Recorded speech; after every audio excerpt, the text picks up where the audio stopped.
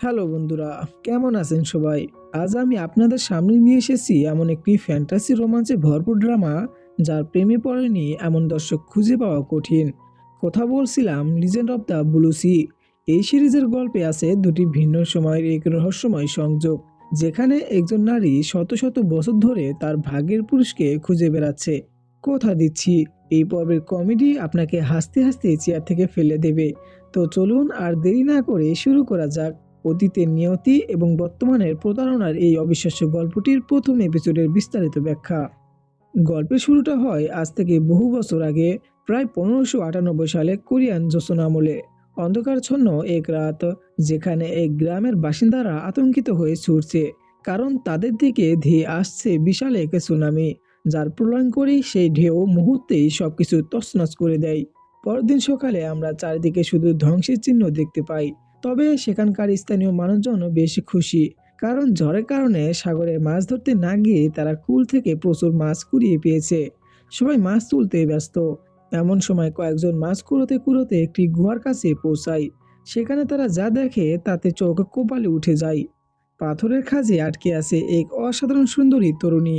ঠিক তখনই সেখানে দেখা যায় গ্রামের লর্ড ইয়াংকে। তাকে বেশ তাড়াহুড়োই দেখাচ্ছিল। একজন প্রবীণ ব্যক্তি তাকে সেই তরুণীর কাছে নিয়ে যায়। আর তখনই প্রকাশ পায় আসল সত্য। ইনি কোনো সাধারণ নারী নন, ইনি হলো সমুদ্রের এক জলপরী। গ্রামবাসীরা তাকে ধরে ফেলেছে। লর্ড ইয়াং কাছে গিয়ে জলপরীটিকে ছুঁতে চান, কিন্তু সেই প্রবীণ লোকটি তাকে বাধা দিয়ে সতর্ক করে বলেন, জলপরীরা তাদের স্পর্শের মাধ্যমে মানুষের স্মৃতি মুছে দিতে পারে। লর্ড ইয়াং তখন ভয় পান, তবে সেই লোকটিকে বড় পুরস্কার দেওয়ার প্রতিশ্রুতি দেন। তিনি তার নতুন নিযুক্ত মেয়রের জন্য অপেক্ষাও করছিলেন। অন্যদিকে দেখা যায় সেই নতুন মেয়র কিম দাম রিয়ংকে। তিনি তার কাফেলার সঙ্গে ফিরছেন। এই সময় তার হাতের একটি ব্রেসলেটের উপর ক্যামেরার ফোকাস যায়। সেদিন রাতে লর্ড ইয়াং মেয়রের জন্য এক ঝমকালো পার্টির আয়োজন করেন। তিনি মেয়রের প্রচুর তোষামোদ করতে থাকেন। কথা প্রসঙ্গে তিনি জলপরীর বিষয়টিও তোলেন, কিন্তু উপস্থিত সবাই সেটিকে মন গড়া গল্প বলে উড়িয়ে দেয়। তবুও লর্ড ইয়াং জোর করে মেয়রকে সেই জলপরী দেখানোর ব্যবস্থা করেন। জলপরীটিকে দেখে মেয়র দামরিয়ং হতবাক। জলপরীটির চোখে ছিল অসহায় অশ্রু। মেয়র তখন লর্ড ইয়াংকে তার কাছে ডেকে ফিসফিস করে জানতে চান, এই জলপরী সম্পর্কে তোমার কি মনে হয়? লর্ড ইয়াং তখন শুরু করে দেন তার লোভের কথা।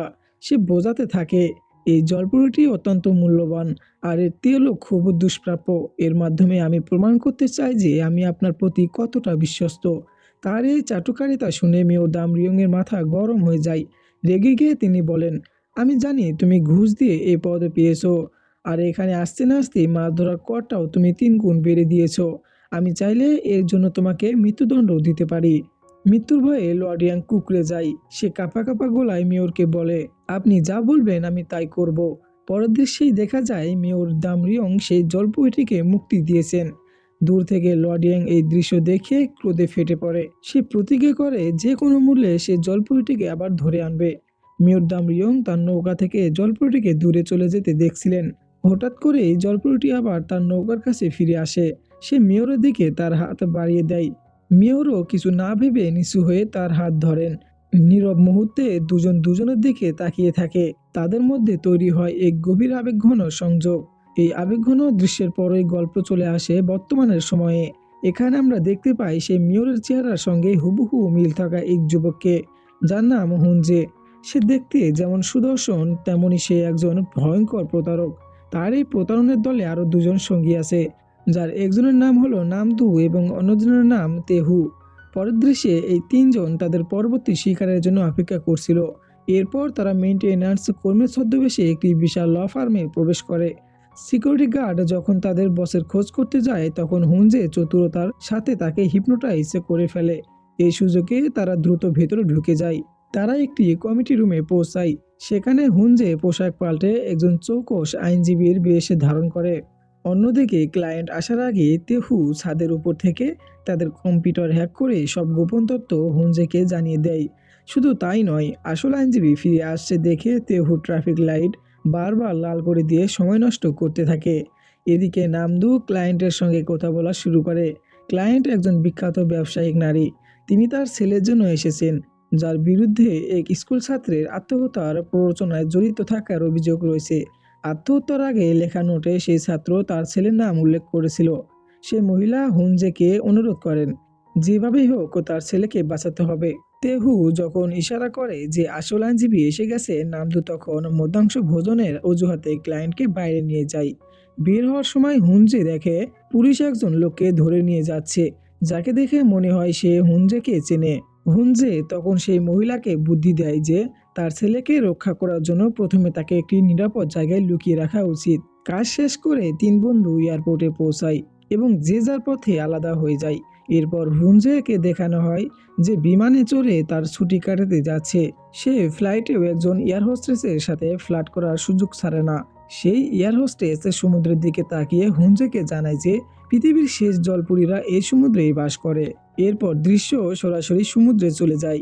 সেখানে আমরা সেই জলপরীটিকে দেখতে পাই যে কিছু একটা খুঁজতে খুঁজতে সমুদ্রের গভীরে চলে যাচ্ছে।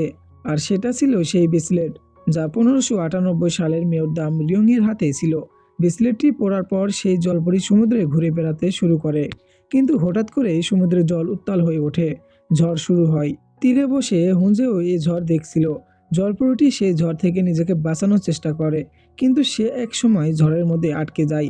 যখন তার হুঁশ ফেরে সে নিজেকে সমুদ্রের ধারে আবিষ্কার করে। সেখানে সে একটি বিশাল সুইমিং পুল দেখতে পায়। পুলের দিকে তাকিয়ে সে যখনই জলের বাইরে আসে তখনই সে হতবাক হয়ে যায়, কারণ অলৌকিকভাবে তার লেজ মানুষের পায়ে পরিবর্তিত হয়ে গেছে। সে মজার ছলে সেই পুলের জলে সাঁতার কাটতে শুরু করে। ঠিক সেই সময় হুনজে সেখানে এসে পৌঁছায়। সে পুলের দিকে তাকায়, কিন্তু জলপরীটি ততক্ষণে পুলের জলের নিচে লুকিয়ে পড়েছে। এরপর সে কাউকে দেখতে না পেয়ে তার রুমে ঘুমাতে চলে যায়। একটু পর আচমকাই হুনজে একটি জোরে শব্দ শুনে ধর্মড় করে ঘুম থেকে উঠে পড়ে এবং বাইরে এসে দেখে রান্নাঘরের সব খাবার এলোমেলোভাবে ছড়িয়ে ছিটিয়ে আছে। সে খাবারের শেষ চিহ্ন অনুসরণ করে নিজের ঘরে যায়, যেখানে সব জিনিসপত্র অগোছালো অবস্থায় পড়ে আছে। হঠাৎ কাপড়ের আড়াল থেকে বেরিয়ে আসা একজোড়া পা দেখে সে ভীষণ ভয় পেয়ে যায়। যখন সে কাপড় সরিয়ে দেখে তখন সে বুঝতে পারে এটি মেয়ে। প্রথমে হুনজে তাকে জোর করে ঘর থেকে বের করে দেওয়ার চেষ্টা করে, কিন্তু সেই জলপরি তাকে এক দারুণ লাথি কষিয়ে দেয়। অপ্রত্যাশিত এই আক্রমণে হুনজে দ্রুত তার কৌশল পরিবর্তন করে। সে মিষ্টি কথা বলে জলপরিটি সেখানে আসার কারণ জানতে চায়। জলপরিটি বাইরে এসে জানালার দিকে তাকিয়ে সেখান থেকে লাফ দেওয়ার চেষ্টা করে, কিন্তু কিছুক্ষণ পরেই বুঝতে পারে সেখানে কাঁচ লাগানো আছে। সুযোগ বুঝে হুনজে তাকে ঝাপটে ধরে এবং দেরি না করে পুলিশকে ফোন করে দেয়। কিছুক্ষণের মধ্যেই পুলিশ এসে জলপরিটিকে হাতকড়া পরিয়ে নিয়ে যেতে শুরু করে। এই দৃশ্য দেখে হুনজের মনে কিছুটা খারাপ লাগা জন্ম নেয়। তবে অন্যদিকে জলপরিটি কিন্তু পুলিশ স্টেশনে যেতেও খুব উত্তেজিত ছিল। এদিকে হুনজেও হোটেল থেকে যাওয়ার জন্য তার ব্যাগে গোছানো শুরু করে। তার মূল নজর ছিল সেই ব্রেসলেটটির উপর, যা জলপরিটি পরেছিল। সে তার সঙ্গী নামদুকে ফোন করে সেই ব্রেসলেটটির মূল্য সম্পর্কে জানতে চায়। অন্যদিকে পুলিশ স্টেশনে এক অফিসার সেই জলপরীটিকে জেরা করার চেষ্টা করছিলেন, কিন্তু জলপরীটি তার কথা কিছুই বুঝতে পারছিল না। সে একজন অফিসারকে টিস্যু বক্স থেকে টিস্যু বের করতে দেখে। সঙ্গে সঙ্গে সেও টিস্যু বক্স থেকে একটির পর একটি টিস্যু টেনে বের করতে শুরু করে। অফিসারটি তাকে থামাতে গেলে জলপরীটি তাকে সজোরে এক ঘুষি মেরে বসে। এরপর সে তাদেরও একটি পিস্তল হাতে নিয়ে ভয় দেখায়, কিন্তু পরক্ষণে আবার টিস্যু বের করতে থাকে। এই দৃশ্যে কমেডির চমৎকার ব্যবহার করা হয়েছে। ঠিক সেই সময় হুনজে সেই এয়ার হোস্টেসের সঙ্গে ডেটে ছিল এবং তাকে একটি নেকলেস উপহার দিয়ে মুগ্ধ করার চেষ্টা করছিল। তখনই নামদুর মেসেজ আসে। সেই ব্রেসলেটটির দাম প্রায় 6 বিলিয়ন ওন। বিশাল এই অঙ্ক শুনে হুনজে মুহূর্তে তার পরিকল্পনা পাল্টে ফেলে। সে অজুহাত দেখিয়ে দ্রুত ডেট থেকে বেরিয়ে যায়। সঙ্গে সঙ্গে হুনজে সোজা পুলিশ স্টেশনে পৌঁছায়। সে অফিসারকে জলপরীটিকে ছেড়ে দেওয়ার অনুরোধ করে। অফিসারটি রাজি না হওয়ায় হুনজে তাকেও হিপনোটাইজ করে দেয়। সে জলপরীটিকে নিজের স্ত্রী বলে দাবি করে এবং সেখান থেকে তাকে নিয়ে বেরিয়ে আসে। বাইরে আসার পর হুনজে তাকে লাল বাতিতে থামাতে বলে, কিন্তু জলপরীটি অদ্ভুতভাবে সেখানে দাঁড়িয়ে যায়। তার এমন আচরণ দেখে হুনজে খুবই বিভ্রান্ত হয়। এরপর হুনজে তাকে নিয়ে সরাসরি একটি শপিং মলে পৌঁছায়। জলপরীটি শপিং মলের এসকেলেটর দেখে ভয় পেয়ে যায়, তাই হুনজে তাকে কোলে তুলে নিয়ে উপরে ওঠে। এরপর সে জলপরীটিকে জুতোর দোকানে নিয়ে যায়, কারণ তার খালি পায়ে হাঁটতে গিয়ে খুব আঘাত লেগেছিল। হুনজে তার জন্য সুন্দর জুতো বেছে নেয় এবং নিজের হাতে পরিয়ে দেয়। এরপর সে তাকে নতুন পোশাক কিনে দেওয়ার জন্য নিয়ে যায়। পোশাকের দোকানেও জলপরীটি তার অদ্ভুত আচরণে হুনজেকে বারবার বিব্রত করে তোলে। সে ভুলে যায় যে এইসব কিছুই হুনজে করছে শুধুমাত্র তার মূল্যবান ব্রেসলেটটির জন্য। অবশেষে জলপরীটি ঠিকঠাকভাবে পোশাক পরে বাইরে আসে, কিন্তু সে হুঞ্জেকে কোথাও দেখতে পায় না। তাই একা একা মলের ভেতরে খুঁজতে শুরু করে। হুঞ্জে কিছুক্ষণ পর ফিরে এসে তাকে না দেখে দুশ্চিন্তা নিয়ে খুঁজতে শুরু করে। অনেক খোঁজাখুঁজির পর সে জলপরীটিকে অবশেষে নিখোঁজ শিশু খুঁজে বের করার জায়গায় পাওয়া যায়। তাকে একটি ক্যান্ডি খেতে দেখে হুঞ্জে স্বস্তি নিঃশ্বাস ফেলে। হুঞ্জে জলপরীটিকে কোনো কিছু না বলে চলে আসার জন্য বোকা দেয়, কিন্তু জলপরীটি তখন শুধু হাসে। আসলে সে এক বাচ্চার কাছ থেকে ক্যান্ডিটি কেড়ে নিয়েছিল, আর সে জানতো যদি সে অপেক্ষা করে তবে তার বন্ধু তাকে অবশ্যই খুঁজে নেবে। জলপরীটিকে হাসতে দেখে হুঞ্জে তাকে দুপুরে খাবারের জন্য সাথে চলতে বলে, কিন্তু খুব দ্রুতই সে তার এই সিদ্ধান্তের জন্য অনুতপ্ত হয়। কারণ রেস্তোরাঁতে ওর জলপরীটি তার অদ্ভুত আচরণে হুঞ্জেকে বিব্রত করে তোলে। এরপর হুঞ্জে তাকে ঠিকভাবে খাওয়া শিখিয়ে দেয়। কিছুক্ষণ পর হুঞ্জে সেই জলপরীর উপর তার চিরাচরিত প্রতারণার কৌশল ব্যবহার করে। সে তাকে আদর করে একটি নেকলেস পরিয়ে দেয়। হুঞ্জের এমন ব্যবহারে জলপরীটি খুব খুশি হয়, কিন্তু হুঞ্জে ততক্ষণে তার কাজ হাসিল করে ফেলেছে। সেই ফাঁকে জলপরীর হাত থেকে সেই 6 বিলিয়ন ওনের ব্রেসলেটটি চুরি করে নিয়েছে।